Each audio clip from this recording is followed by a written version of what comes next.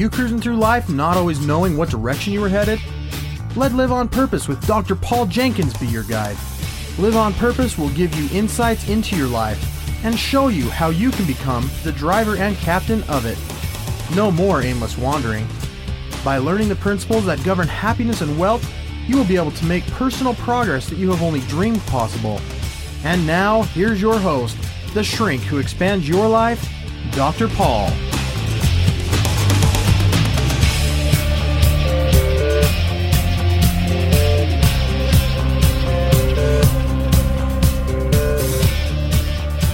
Hello, everybody.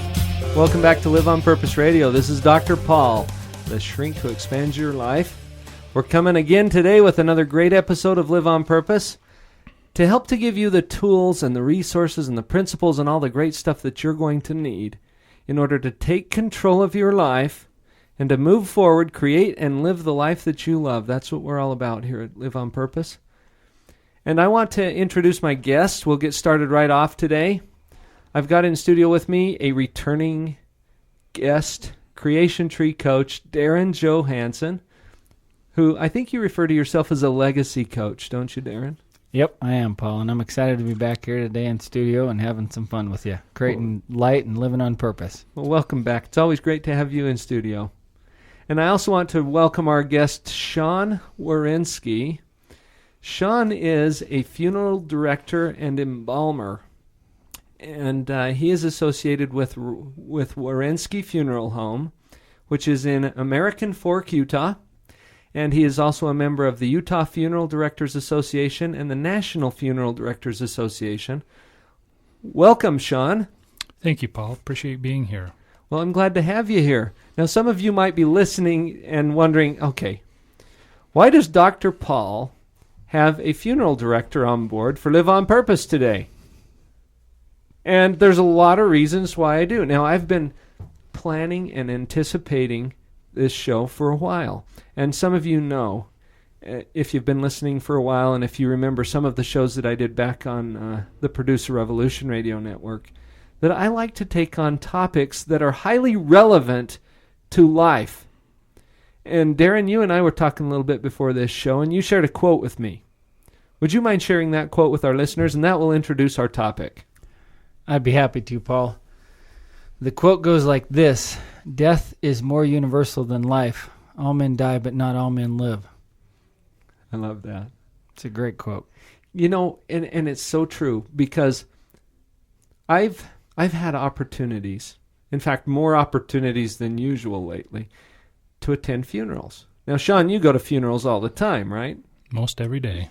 Pretty much every day. Yes, sir. Because that's your business. That's what you do. And I have attended a lot of funerals of people in my neighborhood who have passed away. I live in a part of town that's aging. And a lot of these people moved in right after. If any of you know anything about Orem, Utah, that's where I live. It started out as a homesteading community where people would come up to the Orem bench and they would set up a fruit orchard, typically peaches, pears, apples, things like that. And as the orchard started to move out, people would come in and build homes and move into them. A lot of the people who did that live in my neighborhood. I'm right there in the old orchards. And the people who originally built these homes have lived in them for 40, 50 years are aging. And so I've lost a lot of neighbors recently as they've gotten older and died.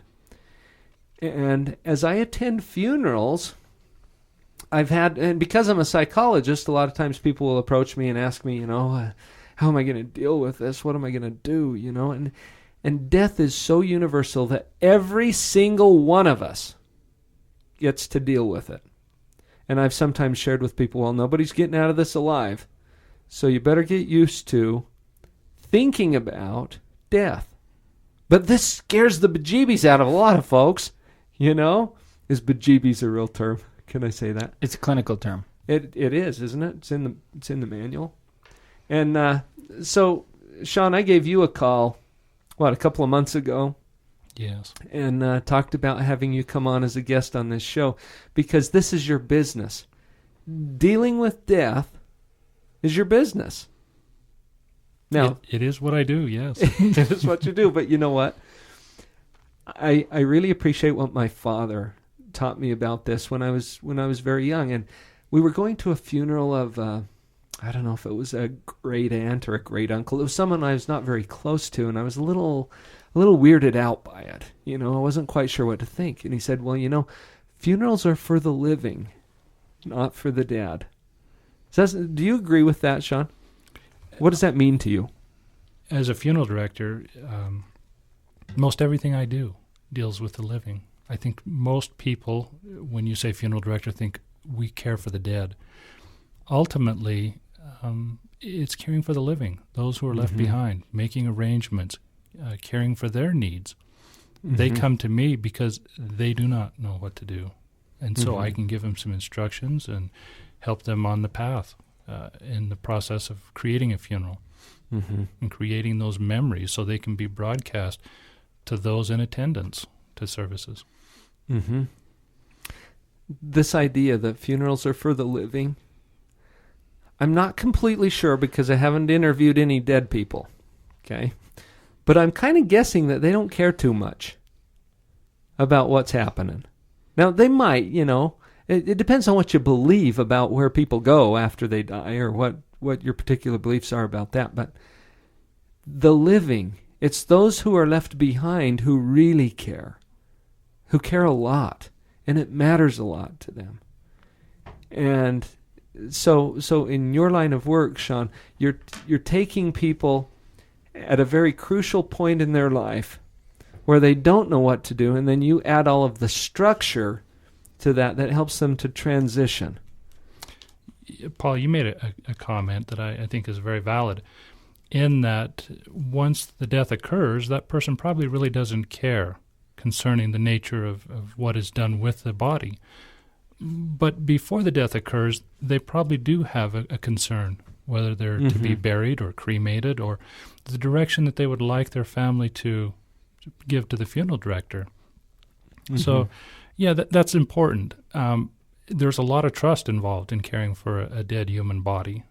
I look at this in the perspective of when the family comes to me, they have a genuine value and concern for the deceased. That body holds value. And in the custodial care that I give to that individual by having them at my funeral home or any funeral home throughout the world or the nation, there is a certain amount of care that needs to be given, first and foremost to the deceased. The next is we bring the family to the funeral home and we begin to make funeral arrangements, and that's where we begin to structure. We begin to illustrate the funeral service as it's about to happen, and we receive instruction from the family, and then we act upon it in the hopes that the funeral service will come together on the day that they've set aside and planned according to their wishes and according to the wishes of the deceased. And sometimes they don't always make their wishes known, but this is another thing that, here we go. Okay. Death is one of the highest fears that people have. And it's not always their own death. Usually they fear the death of a loved one more than they fear their own death. Have you found that to be true, Darren? It's absolutely true, Paul. Most people are incredibly concerned about not just their own death, but what if my spouse dies? What if my father dies? What if my child dies? That's one of the things that I've dealt with, is seeing people come in and they say, my children aren't meant to die before their mother or father. And I think one of the things that's so important about this is that the people who have lived long enough, if I can say that, they do have some idea about what they would like to have happen. And it's very interesting to me that most of the time they haven't ever said anything. They haven't taken that step, which reduces a lot of this fear or angst about death and dying. But what do I do when that happens? Listening to Darren, the perspective is people, I don't think they fear the death itself. They fear the uncertainty of what is to happen after the death. that uncertainty creates such anxiety in some of their hearts. They have a hard time dealing with the emotional side of it, the technical side of it, the spiritual side of it. There's a lot of different avenues that are played out when a family is brought to the funeral home. And it's all because they know of the responsibilities that are required, or what the person has asked or requested, or what even their traditions have said that needs to happen. They just don't know how it's to act out. And so when they come into the funeral home, it can be a pleasant experience. The director can sit down with them, and he can ask them questions. He can give them directions, and then he can work upon that to create a service that's very fitting for that person and memorializes them as the family would wish. That's right. You know, Darren, as you were talking and you said, you know, the fear is often grounded in, well, what if, or how am I going? And Sean, you pointed out, after the death, what's going to happen? How am I going to deal with life? What am I going to do? And these are questions that are very common. And that the point I wanted to make here is that it's not going to kill you to think about or talk about death. And in fact, if we can take this on and just face it, it's going to happen. You know, Darren, you used to sell life insurance. I think you still do occasionally, don't you? Yep. And I've heard people say before, well, I'm buying life insurance in case I die. And I'm thinking, what do you mean in case of? It's going to happen. It's not a question of if. It's a question of when. It happens to everyone. Death is no respecter of people. That's true. And you probably see this more than anybody, Sean, as you get people into your funeral home. They're of all ages, aren't they? They are, most definitely. And any socioeconomic class. Poor people, rich people, they all die? They do. Every single one of them. And it will happen to all of us. So what I'm hoping to accomplish today, and you guys are here to help me, okay? What I'm hoping to accomplish today is to reduce people's level of fear about talking about or thinking about death. Because it's going to happen. And you can do a lot toward your own psychological health and fitness by allowing yourself to ask some important questions and then start to answer them. And this is where your input is so valuable, Sean, because most people are thinking, well, what would I do? Well, you know what to do. Are you ever stumped as to what to do next when someone dies? Don't think I'm ever stumped. I think it's a challenge put before me, and we move on and resolve it. And you just undertake the challenge. That's right, we do. A little word play there. We're going to be right back after this commercial break, and we're going to take on a few important questions that I want you to consider and answer. When you cry, be sure to dry your eyes, 'cause better days are sure to come. You've heard that our purpose is to help you create and live the life you love. This is Summer Morris from Creation Tree Coaching. I'm putting together some powerful events that you won't want to miss. What if you could understand the woman's brain? I haven't decided if this is more important for the women or for the men. I am hosting an exploration of the female brain on Thursday, November 15th from 6:30 to 8:30 p.m. Come and explore with me what makes men and women so different. Another opportunity is especially designed for anyone whose life has been touched by infertility. I'll be presenting an introduction on enjoying and living a full life together while dealing with the many areas of life affected by it. This event will be on Thursday, November 29th from 7 to 8 p.m. Both events will be held at the Residence Inn by Marriott in Sandy. Check out these and other exciting opportunities at creationtreecoaching.com or send me an email to learn more at summer@creationtreecoaching.com. With all of the rumors and fears surrounding the topic of PPMs, Bracon Advisors has decided to host a Saturday seminar titled Holding Fund in PPM Creation and Management. This powerful one-day seminar will be packed with real-time updated information from two different attorneys that specialize in securities. Will Rogers and Brian Ferris will delve into the complex securities laws surrounding private placement memorandums and registered investment advisors, and they will instruct attendees about the proper methods for creating, structuring, and managing the PPM as a private fundraising entity. Of course, Carrie and Chad will be there also to provide their own practical information and advice. So come and join us on Saturday, December 15th to get your questions answered and to learn how PPMs can run into problems and learn how to avoid them. For more information, visit GodIndependence.com or call Corey at 801-961-1382.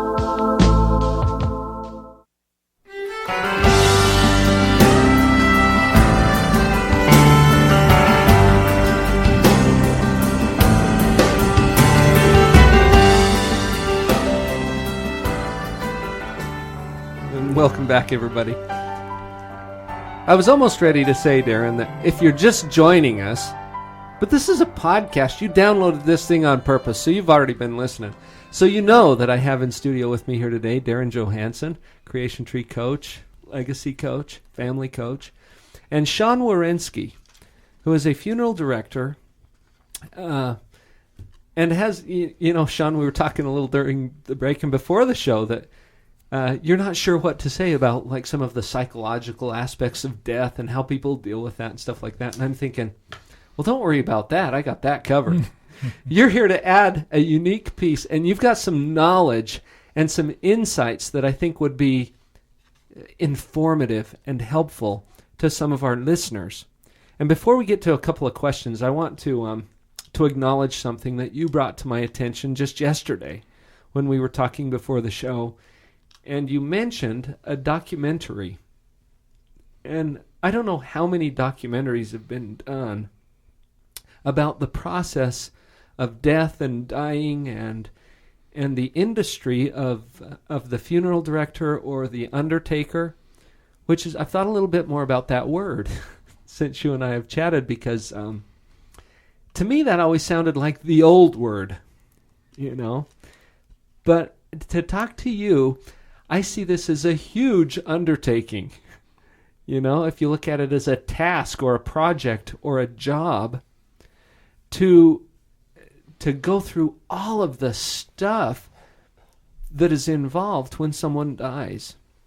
And it could be everything from taking care of public health concerns, because we are in fact dealing with a person who has died.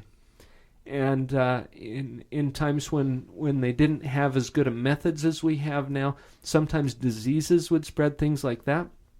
You're thinking about all that stuff, aren't you? I am. Every day. Yes. The casket, the arrangements. What about the legal arrangements? What about, what do you tell people about how to proceed with planning a funeral, with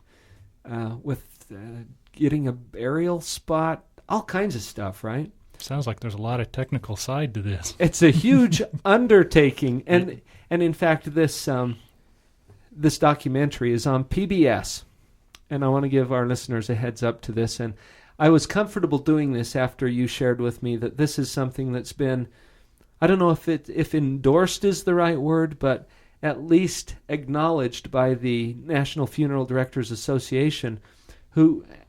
And you've viewed this documentary and you feel like it's a tasteful treatment of an industry that's not as well known in the public eye. Everybody interfaces with it. I think you've said exactly what I feel, yes. This documentary, it gave a good perspective as to my job, my occupation. The individuals that were portrayed in the documentary were actual licensed funeral directors and embalmers in another state in the East. Michigan, as I recall. That is correct, yes. And I think it showed a good overall view of what the funeral entails, from even before the death occurs, through counseling and through pre-planning, when the death occurred, the funeralization, and ultimately the burial or committal. Well, this we haven't even given the name yet. It's a PBS documentary. You can access this show by going to pbs.org. That's the website, pbs.org, and that stands for Public Broadcasting System. And the name of the show is The Undertaking.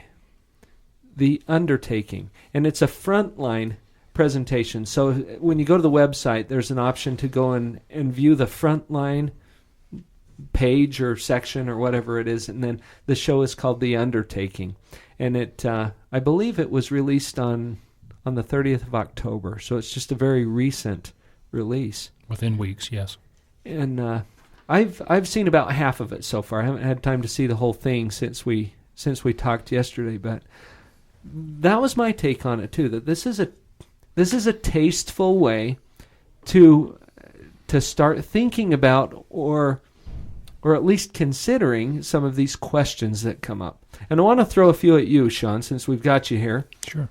Got you cornered there behind the microphone. Why do we have funerals? Can you talk about that a little bit? I can. Funerals are primarily for the living. When the phone rings, I have a family who has experienced a death. They need direction. They know what they're after. I will go where the individual has passed away, bring them back to the funeral home. There's a certain amount of care that is given to that individual. And then I sit down and I meet with the family. One of the most important responsibilities that is involved in my occupation. And we start to learn about this person. We learn about their life. Mm-hmm. We learn about their illness. We learn about their military service, if possible. We learn about their likes and their dislikes. This person begins to take on a life, even though I didn't know them in life. Mm-hmm. In the upcoming days, we begin to plan for a funeral service. Why do we do that? The funeral service itself is a public outpouring of love and support that can be given to that family at a time. Ultimately, it acknowledges that that individual has died. Let's say, for instance, that an individual should pass, and there is no services rendered, no care is offered, and we knew this person. He was a working associate of ours. If no service, no viewing is given, and he has been ailing for maybe a short time, we don't see him. We don't acknowledge the passing through the visual aspect of our eyes. So to us, our mind has to stop and generate this and say, did this person really die? So when we can visually come to the funeral home, see this person laying in repose, and acknowledge that he is no longer alive, it gives our minds the opportunity to understand and comprehend the death as it has happened. This is exactly why we have funeral services. They are for the living. That's right. And I think this is an important part of resolving, and resolving isn't exactly the right word here. I was going to say resolving the death in our own mind and in our own life. But maybe, really it's more of an integration. I might even suggest acknowledging the death. We come to understand more about death. We come to understand why that person died as we visually see. And that's the evidence to our senses that something has changed. And this is a very strong spiritual experience for a lot of people. And I've heard all kinds of comments as we're having a visitation, for example, or a viewing, where people say, well, that's the body, that's the shell, but they're not there anymore. And it can be a strong spiritual experience to some people, too, to acknowledge that there's a part of you that is no longer present once the death occurs. That's the body that you're viewing. And it's an interesting way to start really thinking about what it is you believe about life, about people. What is it about you that's making a connection there as you view and acknowledge the death? I like that word, acknowledge. I also thought, as you were saying that, Sean, that you're not only acknowledging the death, but you're acknowledging the life. Well, and I think in some respects you're extending a value to that life. When an individual is alive, we hold him in such dear regard, and we feel strong about the tender kindnesses that they extend to us, whether it be by handshake, by hug, or kiss. Upon death, that no longer will happen, and we know that. But through the process of a viewing and ultimately a celebration of life or funeral service, we extend the value beyond the death. It gives us a full circle or full measure of comprehension to that person's life. There are many times in my own family, I've had funeral experiences where I didn't know that person was such an astounding writer, or that they'd done something so overwhelming in life and never was acknowledged for it while they were alive, or chose not to be acknowledged for it. So it's a acceptance of that person's life as it's put before a group of people who loved them and who supported them. That's right. A celebration of that life. An acknowledgement, a celebration. And if it's for the living, then what are we going to do with these relationships? Once someone dies, does that mean that we no longer have any way that person's influencing us or carrying on? Darren, you're a legacy coach. That's an interesting word that you've chosen. People leave their legacy behind. They don't take that with them when they die. Hopefully. Right? Do you want to comment about just this part of the discussion we've been having? I'd love to. One of the things that's very interesting to me, and as you mentioned, Paul, I'm a licensed insurance agent, and I help people plan for this type of thing. And one of the questions that I ask people is, when you're not here, what is it that you want to happen? Why is it important to you to plan financially? Why is it important for you to make the arrangements, whatever those might be and whatever that means to an individual? I chose the term legacy coach because I think it means a lot of things, and a lot of people say, oh, what is a legacy coach? One of the things that in my experience of dealing with death and funerals, and I'm sure that you also see this in your business, is that people kind of sum up your life or the life of the individual who's passed away in a sentence or two.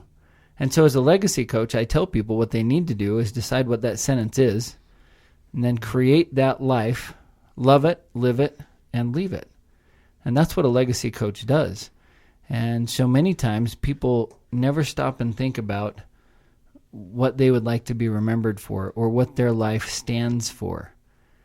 And I think that's so important. And the other aspect of the legacy coach is the actual legacy, making the plans, taking the time to sit down and say, when I pass away, I would like to have this and this and this happen. And that can be very, very specific. I've had some clients that, they go right down to, I'd like this person to give my eulogy, and I'd like this person to talk about this. And it's just kind of an interesting concept. But one of the ways we can alleviate some of the stress is to make the plan and be ready as much as we can. I think that was well said, Darren. Thank you. Let's come back to this discussion after this next break. We've got a number of other things that we're still going to be talking about.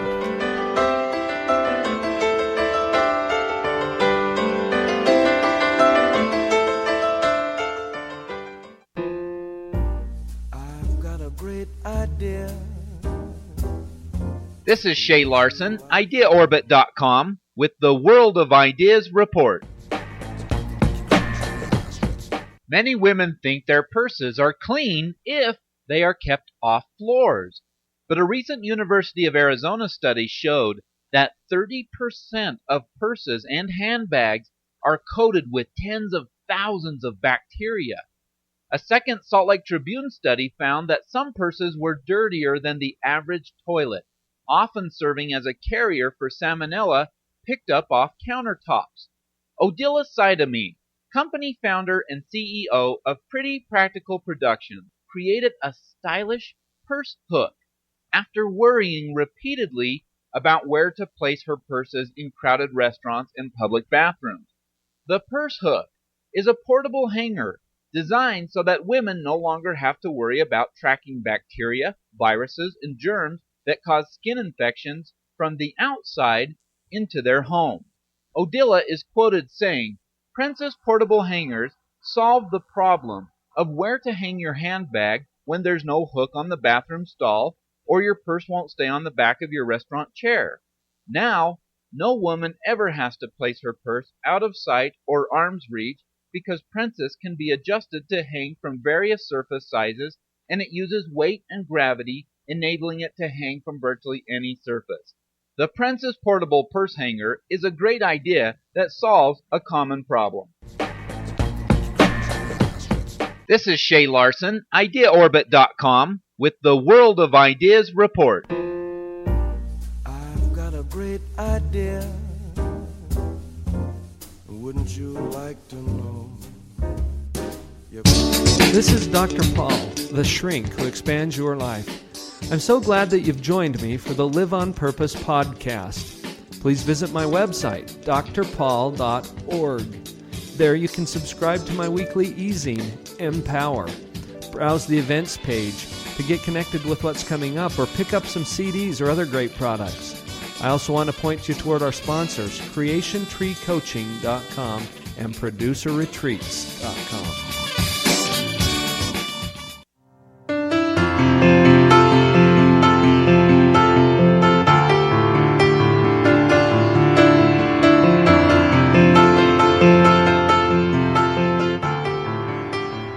So Darren, you set up some great stuff in that last segment, talking about legacy, and during the commercial break we were having a little chat about remembering and how important that is.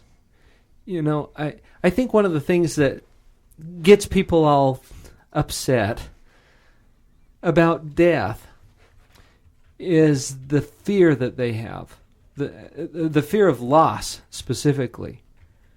But there's so much in our relationships that you don't lose if you'll hang on to it in terms of a memory. You know, we all get old, we all die, we get sick, we die. Death happens, and it happens to everyone. And as you said earlier, Sean, it's no respecter of persons. It's going to take old people, young people, sick people, healthy people, rich people, poor people. You know, I'm thinking of an Oscar Mayer commercial about fat kids, skinny kids, kids who climb on rocks. We won't go there. But it really does affect everyone.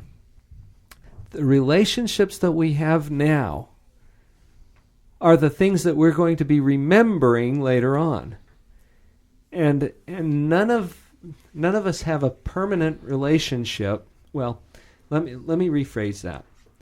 In terms of right now, for where we are in this mortal earth life, everything is temporary by design. So whatever we carry beyond that, and when someone in your life dies or passes on, how can you remember the things that are the most important to you? And one of the quotes that I really love, and you hear this at a lot of funerals too, the only way to take the sorrow out of death is to take the love out of life. And because of the fear that some people have about how they're going to feel when they lose someone, when someone dies, they sometimes avoid some of the loving. They keep a little more distance because then it's not going to hurt so much. Have you guys seen that too?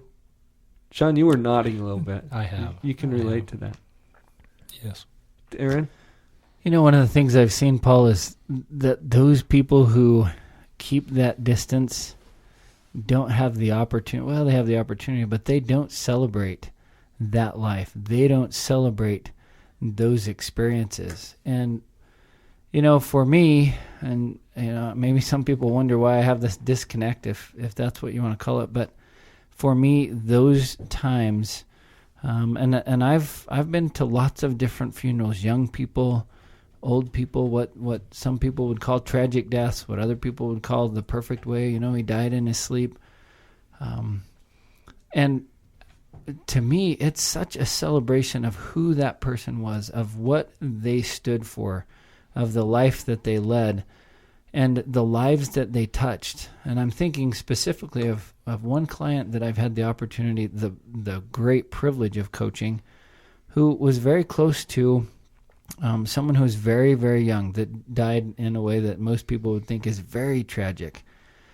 And as we've talked, we have spent hours talking about, you know, this little person and the way that they touched my client's life, but also the way they touched other people's lives. And to me, there's so much living in the short few years that this little child was alive. And when we distance ourselves, or when we choose not to love fully, or to embrace that relationship fully, I really believe that we miss out on the celebration of that life. And to me, that's the neatest thing that I've seen through the funerals I've been blessed to participate in, is that the people who come and celebrate and appreciate that person's life, it's an incredible experience for them. And it's really not so much about how long you're here. It's a lot more about what you do while you are, whose life you touch, what kind of love you share with other people. These are the important things that create those memories. And there's a real dilemma here, because if you are going to risk loving someone, you're setting yourself up for sorrow when they die, aren't you? Guaranteed. Unless you die first, of course. I was going to mention that. But then you're setting them up, right? I've heard that before too. Gosh, I love my spouse so much, I just hope that I die first. What are you saying? You want her to be the one that's sad? Because you can't avoid the sorrow if you choose to love, and if you choose to be connected with someone in that kind of a meaningful way. And, family relationships are obvious that way, but what about your work associates? What about people in your neighborhood? What are you doing to go out there and really connect with people, with the living people? Well, and again, this discussion I don't think deals primarily with the after effects of death. We're trying to deal with coping and helping the living. Mm-hmm. I've always taken the stand in my life that I would like people to see me today as I am tomorrow, as I am from 50 years from now. Mm-hmm. So I'm trying to create memories and friendships that will last beyond the grave, if you will. Mm-hmm. I don't know that the memories that we have sometimes we treasure and we value, but I want people to respect what I say, what I do for them. And I think that we all, in our occupations, want that to happen. We want to leave a legacy. We want people to know who we are while we're alive. And again, upon passing, I think that there's a certain, in all of our hearts, there's a certain little feeling that we want to be acknowledged for what we've done to make this world better. Mm-hmm. The funeral gives that the opportunity. Now think about this. From as far back as you and I can remember, there have been funerals. Mm-hmm. And that's right. If we look back even further than that, there was a care and a mode of caring for the deceased. There always has been that standard, that value that has been upheld by society. We're no different. Mm-hmm. The legacy that we leave behind will teach our family, our generation, and our children how we want to be treated, how they are going to be treated, and how their generations will be treated and cared Mm-hmm. for. That's So right. we are in the middle of this process, and we're bringing it forward. Mm-hmm. And when you mentioned that, I was thinking that every culture that I'm aware of has some way of dealing with this. And it may differ from culture to culture and even from state to state or from community to community, how they take care of and watch that transition. I like that word transition because it is a moving from this phase to that one. And we commemorate that and we symbolize it and we do all kinds of things to acknowledge it. There's a lot of things in our lives that maybe we don't like and that we work with, we deal with. Again, it may not be death. It may be financial affairs. It may be marital affairs, things of this nature. We work through those situations and we make ourselves better because of what we've learned. Mm-hmm. Death should be the same thing. We should understand it. We should come in reverence to it. We should learn of it, let it express itself in our life, and then we should go forward being better because we've experienced it. That doesn't help those that are in the process of mourning or going through grief. But it should give them an idea that death is no respecter of persons, and it will happen. When it does happen, if we try to find the better of it, then sometimes that helps us psychologically, physically, and especially emotionally. I think that's really true. What if all of us could start to take a little different view of death? What if we could start to look at this not as a bad thing, but just as a part of the package? Because it really is, isn't it? To some degree it is. To some degree? Like the full degree? I like to think there's alternatives, but alternatives to death? Ultimately, we come right back to square one. We're going to go there, aren't we? That's right. We really are, and it's just part of our package. And so instead of viewing this as a bad thing, what if we could just look at it as part of the package? And knowing that, let's be smart about how we approach it. Let's be intentional. The name of the show is Live on Purpose. Let's have a purpose to handle this thing in a way that makes some sense, instead of just trying to avoid thinking about it or talking about it or whatever it is. I think that there's some steps that you can take, and the first one is to really take a close look at your own paradigm about death. And ask yourself, do I feel some fear about this? Do I feel some anxiety about this? Well, most of the time, Sean, I think it was you that mentioned that the fear really comes from not knowing what this is about or what to expect. Or it's that uncertainty. The uncertainty, exactly. What can you do to manage the uncertainty? Now, you even offer services for this, don't you? We do, yes. As far as making the plans for the logistical, practical things that will happen once death occurs. And you can do a lot of that thinking beforehand so that when it does happen, you're not stuck with all of the just the nuts and bolts of making it happen, in addition to all of the emotional stuff that you're feeling. Because you're going to have the emotional reaction. Like I said earlier, if you take the risk of actually loving someone, then that guarantees that you're going to feel some stuff when they pass on.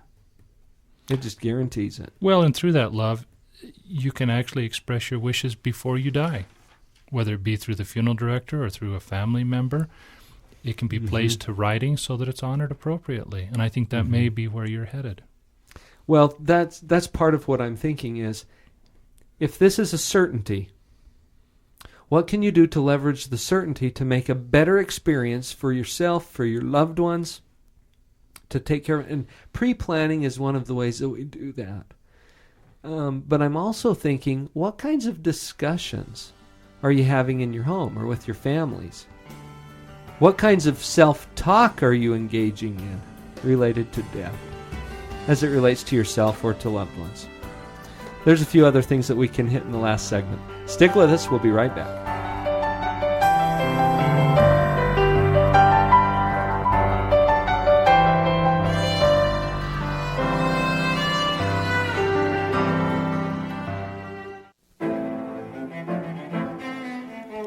In the spirit of the education that has helped the principals of Bracon take their business to the next level, Bracon Advisors has presented the Mind Your Own Business Roundtable. This powerful one-day event is designed for those individuals or business owners who are ready to take their own business to the next level. Limited to a small, intimate group, all those who attend the roundtable will receive one-on-one feedback from a group of amazing producers whose invaluable input can truly launch your business into the stratosphere. We are committed to every single person in the room leaving inspired and motivated from this powerful day with specific action steps and strategies that you can begin to apply immediately. For more information, visit the website gotindependence.com or contact Corey at 801-961-1382. The number again is 801-961-1382.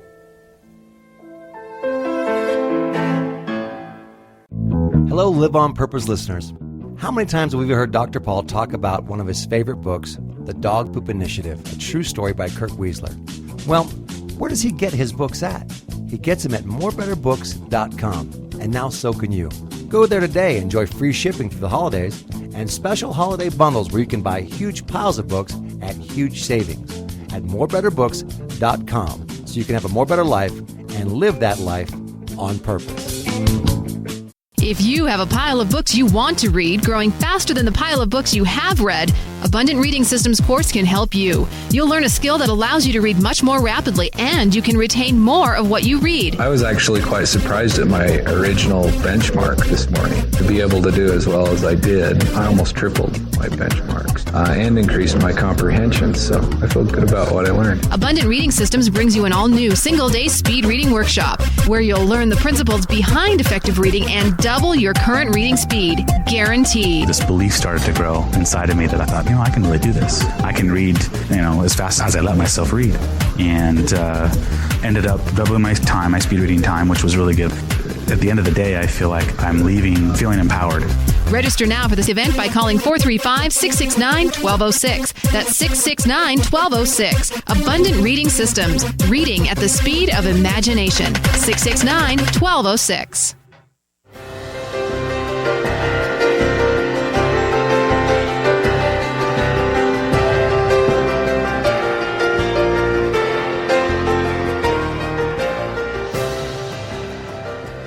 Well, just before we took this last break, we were talking a little bit about, I guess you could say, leveraging the certainty of death. If you're certain that something is going to occur, then that gives you an advantage. And it gives you an advantage because you can do some pre-thinking, some planning, some arranging. Sean, you shared an example about planning a wedding. People don't think about planning funerals and planning weddings in the same way, but really they're the same animal, aren't they? They are a transition in life, yes. I remember my wife, bless her heart, she planned a wonderful and beautiful wedding for us, and it took months. Mm-hmm. I think when we deal with funeral services, there are some families that will come in weeks, months, even years before the death occurs, and will put down on paper the things that they want to see have happen. Mm-hmm. Now, there are a few, and again, it depends on the circumstances, but there are a few who will not allow that to happen. And when the death occurs, we're scrambling, we're trying to find everything we can that needs to happen to have the funeral services appear like they would like them to. I guess I look at it and I say, those that are prepared, they have nothing to worry about. It's been taken care of. It does leave a wonderful legacy for the family behind. The choices and the decisions are no longer a burden for them. They actually can be involved in the process of mourning, which is something we haven't talked about. Mm-hmm. That's true. The process of mourning is very, very important. The grief process. Mm-hmm. But understand, if a family is trying to prepare for a funeral service or a mass or for some kind of other committal service, there's not a lot of time for them to be able to share their emotions and their values, their memories, and to start the process of acceptance on this death. Mm-hmm. So I would anticipate that it's probably a smart move if people were to look at their life a little bit and say, because I care, I at least want to share some things with my family. It will help them out. It may be something as simple as the type of funeral they want. Who do they want to speak at the funeral? They may even choose to come to the funeral home and to select a casket or other items. And that can be kind of scary to people unless they reframe how they're thinking about this whole thing. I've seen this a lot in my career, and it's into some 25 years now. And I think I've seen a fair amount. I've never seen everything, and I don't anticipate that I will ever see it all. Things change. Stuff will continue to surprise you. They definitely will. But I share with you that these individuals that come in to look at maybe pre-planning or to put things to paper have one thing in common, and that is they have accepted the knowledge or understanding that they're going to die. They may be in perfectly good health. Retirement has come. They know they've got several years ahead of them, but they know it's probably the right thing to do. There are some who are more imminent in the nature of death because of maybe cancer treatment or some kind of debilitating disease that they know will take them much shorter than their life expectancy would have been otherwise. So to them, it is an acceptance by virtue of what has happened. For someone like you and I, we've talked and we've discussed the fact that we will die. You and I both. Even the funeral director is going to die. Keeping that in mind, we need to understand and accept it. Once you accept something, things become so much easier to understand. And that acceptance brings about a surety in the heart. There's a calmness, there's a peace. Okay, I've accepted this. Now I can move on to the next step. What is the next step?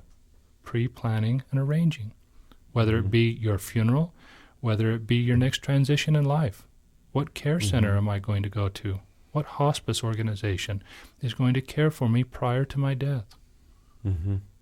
What concerns do I have? And thinking that through doesn't necessarily hasten the process. Some people may be avoiding it because I don't want to think about it, Well, okay. I like what you said, Sean, because accepting it is going to put you in a position where now you can do something about it. And I'm not saying that you can stop it from happening. I don't believe that you can. But you can do something about it, which will change your quality of life now. That's the way I like to look at it.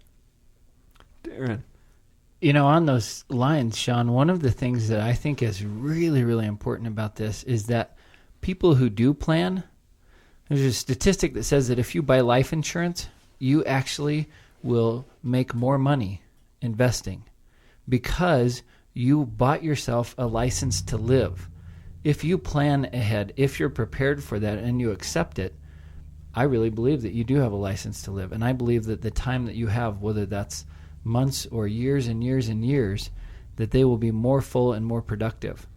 The other thought that I had, as I've dealt with some people who really wanted to make sure that those things were addressed, is that they do it out of love.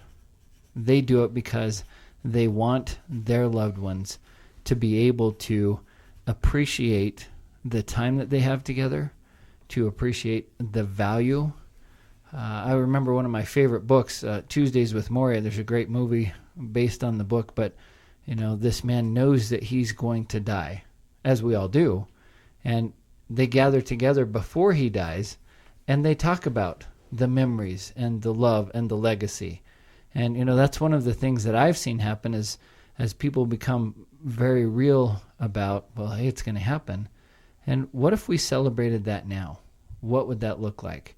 And how might that help me to better know what I can do when the time does come? Darren, you're aware that I have two dear friends who passed away last summer in a plane crash. And it's interesting, when you were saying that, I was recalling an experience that I had with these two great men. And many of the listeners will know who they are. It's Les McGuire and Ray Hooper. And these guys, several months prior to their death, and they didn't know they were dying soon. They just knew that they would die, right? And here's a couple of guys who accepted that. They taught these principles about leveraging certainty in your life. They owned as much life insurance as anybody I know.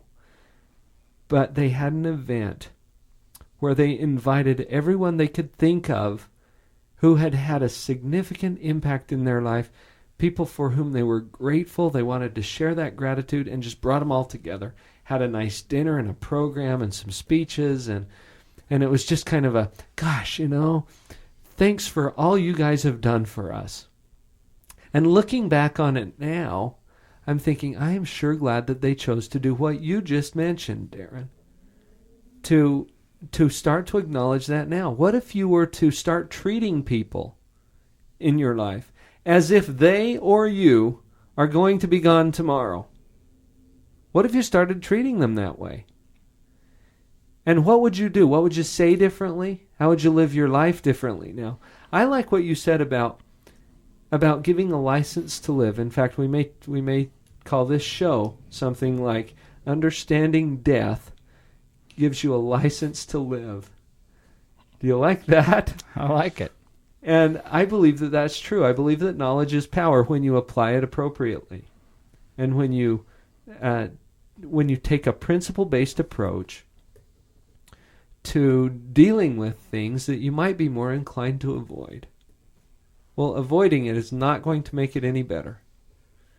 And I think if you'll accept it, understand it, that really does give a license to live. Darren, you shared an anecdote earlier during the break about a farmhand. Mm-hmm. Will you share that with the listeners? I thought that was good. That's a neat little story. I wish I could remember where it came from, but the owner of a ranch is looking for a ranch hand, and so as he's interviewing people, he interviews this one man, and the man comes out, and the owner says, "Why should I hire you?" And the ranch hand says, "Because I can sleep when the wind blows." And the owner doesn't understand what he's talking about, but he's impressed enough by this man and decides to hire him. And so he hires him. This guy goes to work, and sure enough, one night the storm comes as it's inevitable. It's kind of like death. It will happen. And the owner rushes out to make sure that the livestock's in the corral and make sure that the barn doors are closed and that everything's okay. And as he's going through all of this, he eventually ends up in the bunkhouse, and here's this ranch hand that he's hired, and he's just sound asleep. And as the owner closes the door, he realizes exactly what he meant, that this man can sleep when the wind blows because he's prepared, because he knows, hey, this will come. It is inevitable that the storm will come. But because he was prepared and because he was mindful and took the necessary precautions to make those arrangements, everything was fine, and he could sleep when the wind blew. I think preparation is what eliminates fear. Definitely. Preparation and understanding, if you can understand it. Now, I know that there's a lot of things we haven't covered. In fact, I don't know how you can cover it all in an hour. You can't, obviously, because this is such a complicated, such an integrated part of our life as human beings. And if nothing else, though, I hope that our discussion today has helped you to take a little different look, maybe a little different perspective on this thing that we call death, and realize that there are some things that you can do about it. And avoiding it is not one of those things that tends to be very helpful. So it won't kill you to talk about death. It will help if you get some perspective and some understanding, and go access the resources that might help you to do that. We mentioned the documentary on PBS, a frontline program called The Undertaking. And my experience with that so far is that it's very informative and helps you to start thinking a little bit and not avoiding it. There's people like Sean Wierensky in this world who deal with this every day, day in and day out. What a huge undertaking that is. That's why we call them undertakers. And they create huge value. The value that comes from the services that Sean and people like Sean provide are huge. And I think often we overlook that. If you want to contact Sean, what's the best way to get a hold of you, Sean? To go through your website? The website probably would be the best, and that's www.warensky, WARENSKI.com. Warensky.com. And there's a way that they can send you an email or get contact information if they have questions specifically for you. That's correct. Yeah. There's all kinds of other resources, though, and don't stay stuck, people. Do whatever it takes. Get some coaching, if that helps, or counseling to address anything that might be holding you up from living the life that you love. This will give you a license to live. Thanks for joining me today, guys. Thank you. And we'll catch you again next time on Live on Purpose Radio.